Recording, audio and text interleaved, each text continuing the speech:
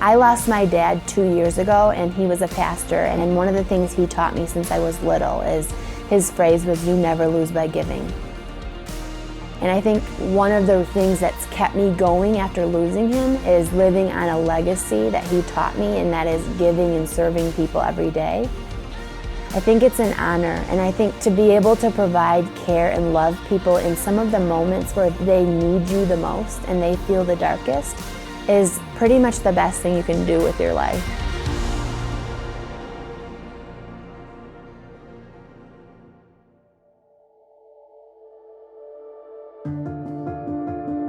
One of the reasons I opened Memory Lane is from seeing how things were in the industry and the places that I had worked previously, and I knew that in all the places I had worked, I would never want to put my mom there.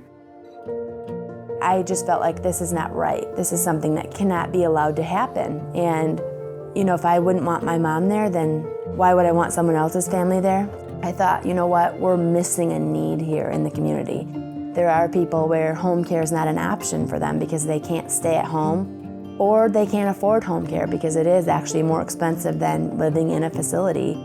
And we need to be able to provide something where people have an option to go and live, but in a place that they would want to live, in a place that they would have quality of life to live, that they could still live their best life, that they could still have choices. They could still get up when they want, not be forced to get up at a time when the person who's caring for them has to get them up because they have 8 to 10 other people to care for, and they have to get them up in a certain order. I have seen people wait hours just to use the bathroom before, and obviously they don't make it in time. That is just something that I would never, ever want for my own family. So when I opened Memory Lane and I made decisions based on the care, I thought, if my mom was here, would I want this person working here? Would I want, how many people would I want one person caring for if they were also caring for my mom? Or if I was making the food, would my mom like this food? That kind of stuff. And that's really where the concept of Memory Lane came from.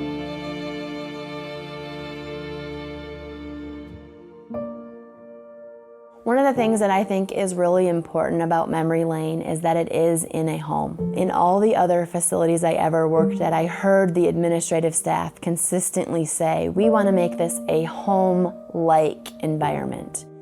And unfortunately, a large facility that's beige with 100 rooms in it, all looking the same, every hallway looking the same, is never going to be home to anyone.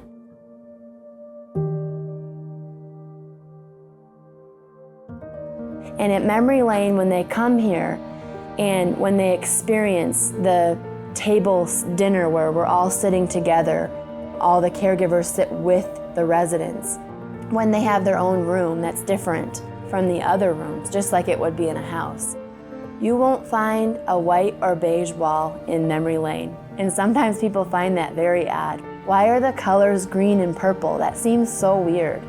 Well, there's a reason for that. So there is something in dementia care that's called wayfinding. It's very known in the dementia care world. And basically what it is it's giving people with dementia clues to find things so that they're not always lost. Why do residents go into each other's rooms in a larger facility? They think it's their room. It looks just like it. So at Memory Lane, we have different colors. We have a purple room, we have a green room, we have a gray room. And so they learn these places because it's smaller and because they have little clues. And I think that, that's really what creates the home feel. When you walk into Memory Lane, you can feel home. You can feel peace here and you can feel love here.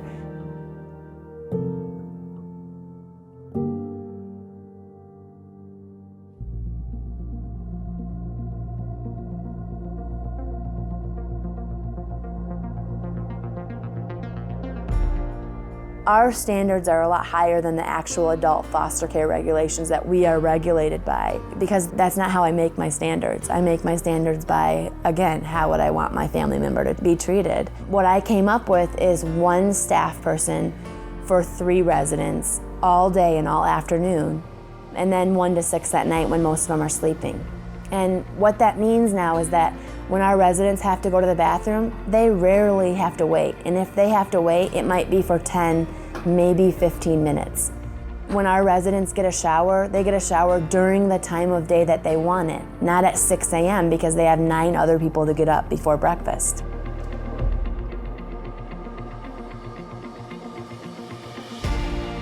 It isn't about time here. It isn't about what we need as caregivers. It's about what our residents want and need. So that's how the care is provided. And when you have the appropriate staffing ratio, then you can care for people appropriately. And most people that are in the industry that hear my number say, well, that's just not possible. You'd have to charge them way more. And we don't. We don't charge them way more. We are on the same, and a lot of times lesser than other facilities that have double and triple our ratios. It isn't about the beautiful chandelier or all the money you put into, having a private chef or the 5-piece band that you hire.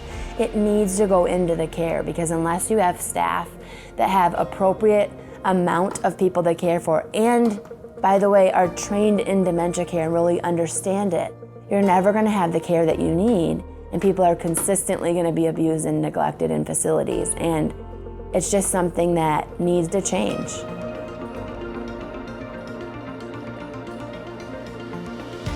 We're just so thrilled that we're able to provide those moments of joy for our residents, and they're doing all of those things because we're giving them an opportunity, and we're saying yes to things that they want to do and encouraging it. And we're just seeing lives being changed, not just the residents' lives, but also the families. People with dementia deserve us to be serving them and loving them and being kind to them in the moments that are most difficult for them. Something I wanted to make sure that we had is that we have all of the things that our residents need in-house, because once people live here, it's very challenging to get them out and continue to take them to doctors. And just in general, people with dementia, finding a doctor or a nursing company or a physical therapist, even a lab company or a hospice company that knows dementia and is willing to work with some challenging behaviors is really hard to find. And it took me a long time to find people that I trust, that I would have come and work with my residents. And it's everything that we can do to try to prevent our residents from going to the hospital, because we know that our residents have a lot of challenges in the hospital setting, and it can often make them a lot worse. So it's something that we work really hard to have all the resources in-house to make sure that our residents get the total package of care.